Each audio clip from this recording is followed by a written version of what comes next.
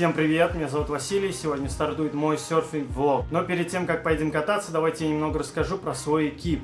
Особенностью серфинга является в том, что вам, по сути, кроме доски, никакой экип не нужен. В отличие от того же сноуборда, лыж и многих других видов спорта.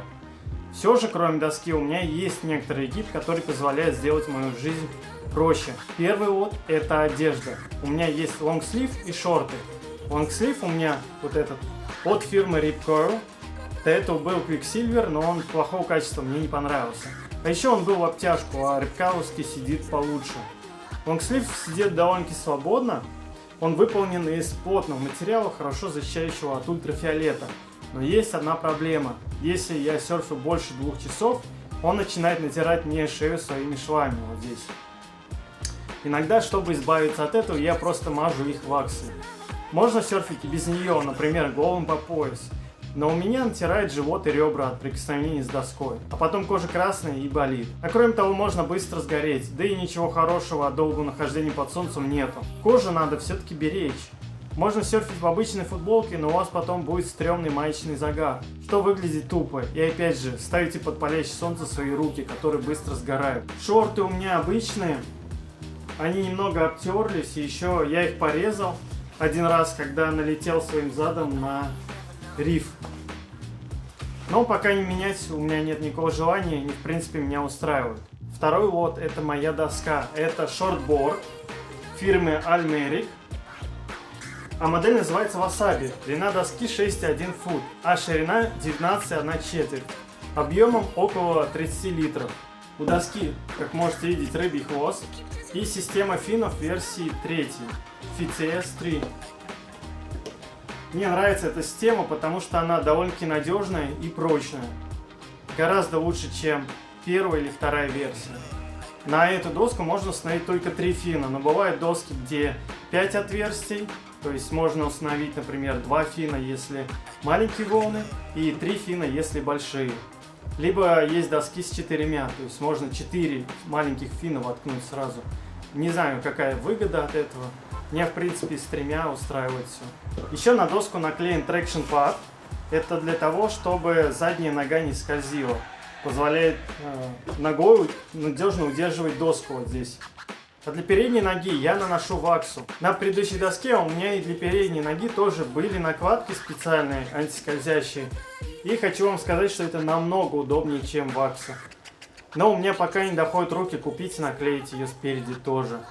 Есть еще 2 площадки для GoPro. Одна — это непосредственное крепление для GoPro, а вторая — страховочная. Здесь продевается веревочка и привязывается GoPro. И если основная оторвалась, то камера повиснет вот на этой страховочной веревочке и будет болтаться просто. Но на самом деле я не особо использую эти площадки, поэтому по-хорошему надо бы их отодрать. Смысла в них никакого нету. Еще у меня есть вот такой китайский лиш. Это по-английски означает поводок. Он используется для того, чтобы каждый раз не плавать на берег за своей доской, куда ее может унести волнами. А еще лиш позволяет не поранить кого-нибудь, кто будет ниже тебя. Так доска без лиша, подхваченная волной, просто превращается в летящий неуправляемый снаряд, который может воткнуться в кого-нибудь. У меня сейчас китайский лиш, No Name, который я купил в интернет-магазине. И он оказался довольно-таки хорошего качества, на удивление. Доска у меня сейчас не в самом лучшем состоянии. Главная претензия к ней, что она слишком хрупкая и мягкая. Например, я сделал вот такую вмятину, когда просто слегка ударился ребрами об этот край. И видите, здесь получилась такая вот вмятина. Я не уверен, что могут мне починить это все. Будут как-нибудь топорно чинить, я не знаю, зальют тут все эпоксидкой. Поэтому я не спешу чинить. Еще у меня, например, остались вмятины, вы можете видеть здесь от пальцев. То есть, когда приходят большие волны и делаешь дак-дайв, то приходится держать очень крепко доску, иначе ее просто вырвет у тебя из рук потоком воды. Вот, и пальцы как раз составляют тоже такие вмятины. Поэтому я, наверное, в следующий раз поищу себе доску немножко покрепче. Доска меня, в принципе, устраивает, хотя я подумаю брать чуть-чуть поменьше объемом и меньше размером. И немного про фины. Я купил себе вот такие карбоны фибергласовые от Хауны. Это местная мастерская. Они делают вручную вот эти фины. Они очень качественные и крепкие. До этого я не понимал, почему люди покупают дорогие фины. Есть, конечно, и подороже, чем эти, но поначалу я вообще использовал пластиковые. И, как оказалось, пластиковые легко ломаются. А эти, например, у меня пережили не одну встречу с рифами. И если вот здесь посмотреть, остались зазубрины на самом фине от встречи с рифом. Но они остались целые. В принципе, надежная тема. С момента покупки этой доски я фины так и не менял. А до этого пластиковых я сменил несколько комплектов. Так что лучше немножко переплатить и взять такие фибергласовые, чем пластиковые. Иначе можете приехать на любимый спот и обнаружите, что отломали фин случайно. Придется поехать домой. Теперь можно нанести ваксу на доску. Она наносится для того, чтобы нога и руки не скользили по доске. Иногда можно довольно-таки досадно упасть с доски только из-за того, что ты поскользнулся. С трекшн-падами, особенно для передней ноги, у меня никогда такого не было. Все-таки они лучше, чем вакса. Вот такая вакса у меня от местного производителя. Она довольно-таки мягкая. Запахом с кокосом, по-моему. В общем, в чем состоит суть? Надо вот на гладкие поверхности нанести ваксу. Так, ну это все. Можно идти серфить, но не сегодня, а, наверное, завтра или послезавтра, потому что мне нужно точно подгадать время для серфинга. Всем доброе утро. У меня сейчас утро, и я собираюсь идти серфить. И перед этим надо проверить, как волны и прилив сейчас. Сейчас надо определить, как волны, и я воспользуюсь приложениями. Первое — это MSV, Magic Sea Vid. Так, что мы видим? 14 метров в секунду — это скорость ветра, и 4,7 футов. Здесь можно посмотреть еще веб-камеру. Ну да, видно, волны маленькие, как будто бы. Чтобы поймать хорошую волну, придется ждать подольше. А еще народу там много будет, скорее всего. Так, и второй — это Винди. В Винди я обычно проверяю прилив. Здесь удобная система, видно вот от середины, насколько высокий прилив. Сейчас, в принципе, начинается высокий прилив, и сегодня до 1 метра, если от середины смотреть, от среднего уровня, что вполне нормально. Поэтому можно пойти сейчас посерфить.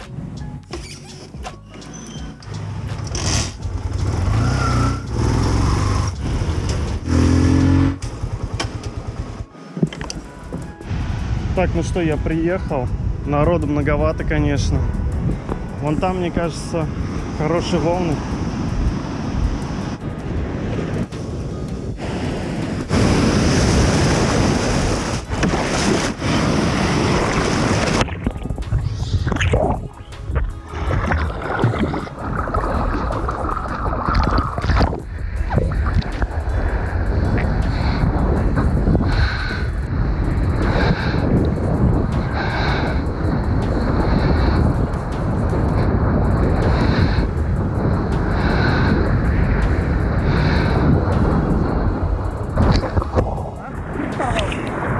Спасибо.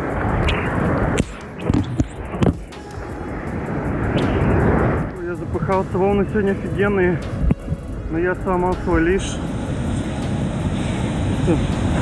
Сейчас попробую починить. Вот такой неудачный серфинг сегодня получился. Я взял только одну волну, но она была офигенная. Поэтому сейчас буду клеить лиш и заказал уже себе новый с Лазады. Доброе утро! Сегодня начинается новый день, и вчера я с помощью клея починил свой лиш. Поэтому сейчас пойду опять серфить. Попытка номер 2 записать серфинг-влог. Но, скорее всего, будет народ дофига. Поехали, посмотрим.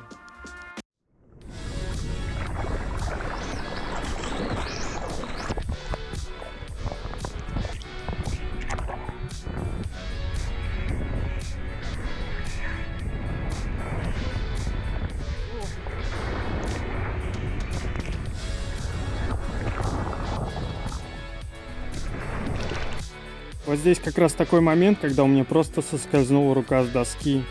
И еще тут парень стартанул прямо передо мной. Если бы все пошло норм, то я бы не смог двигаться по волне, потому что этот парень оказался бы у меня на пути.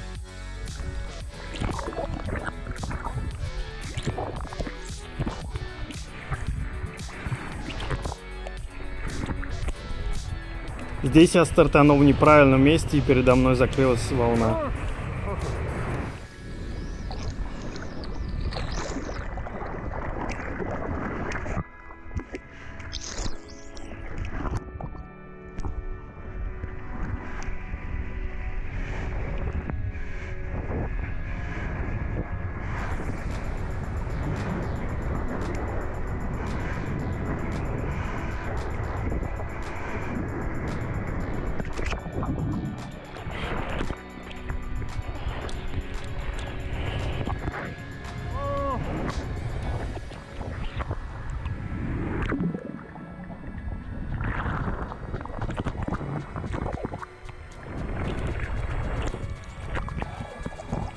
А здесь у меня австралиец просто украл волну. Он стоял снаружи, но быстренько выплыл внутрь и взял ее.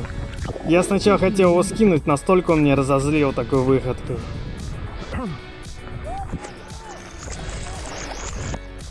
Здесь видно, как чуваки выше меня стартуют, но я принял правильное решение тоже стартануть. В итоге они не взяли волну, а я взял.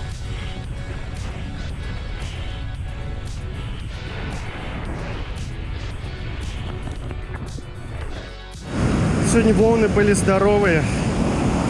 Я даже устал. Но народу было многовато, из-за этого было довольно-таки проблематично серфить. Сегодня очередной день, и еду сейчас опять серфить. Поищу место, где поменьше народу, потому что я вчера был сильно разочарован из-за того, что просто толпы людей были на лайнапе. Я приехал в Семеняк, здесь волны чуть похуже. Однако народу вообще нету. Но это и логично. Там, где волны так себе, и народу меньше. Но в любом случае, я думаю, сегодня будет получше здесь посерфить, чем там толкаться в куче.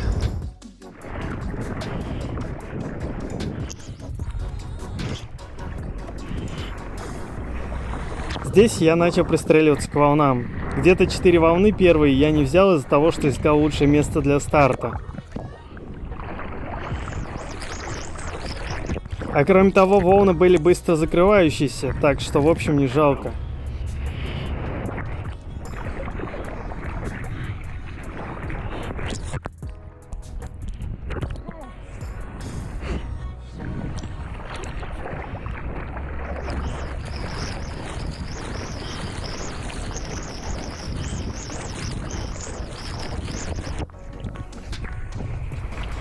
Здесь я взял волну, но она закрылась прямо передо мной, значит, я опять неверно выбрал место.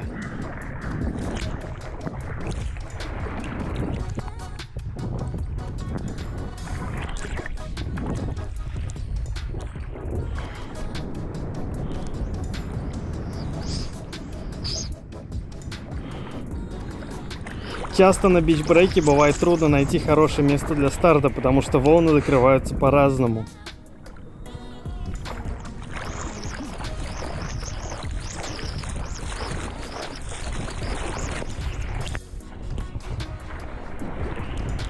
И наконец я поймал нормальную волну, но надо было просто постоянно ускоряться, потому что она закрывалась слишком быстро, не оставляя места для маневра.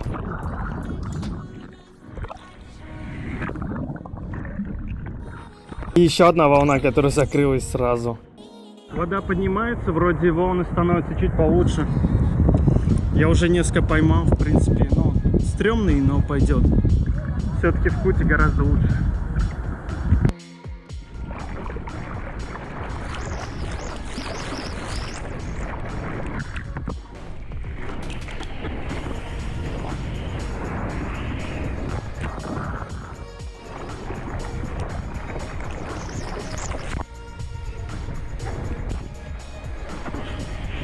Эта волна закрылась слишком быстро.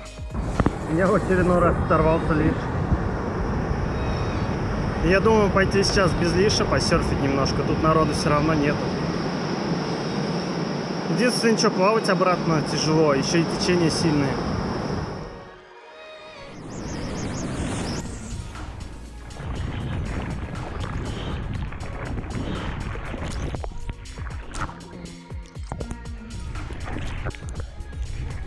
Наконец пришла хорошая волна, и вроде бы я стартанул хорошо, но она все равно закрылась у меня перед носом.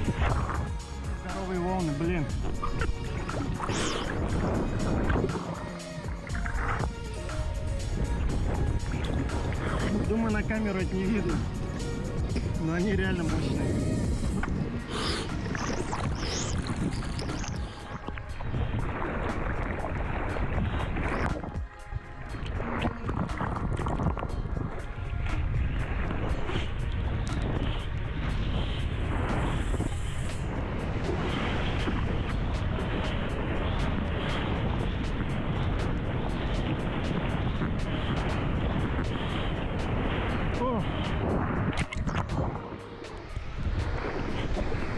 Здесь меня смыло волной.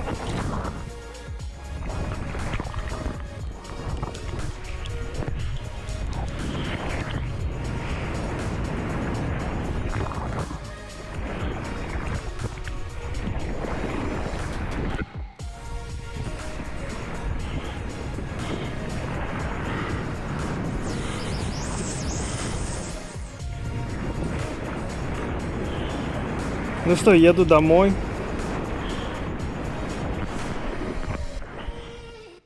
Вот таким получился мой первый серфинг-влог. Ставь лайк, поддержи меня, можешь поделиться этим видео в соцсетях. И может быть у тебя появились какие-то вопросы, пиши в комментариях, я обязательно отвечу на них. И до новых встреч, пока-пока.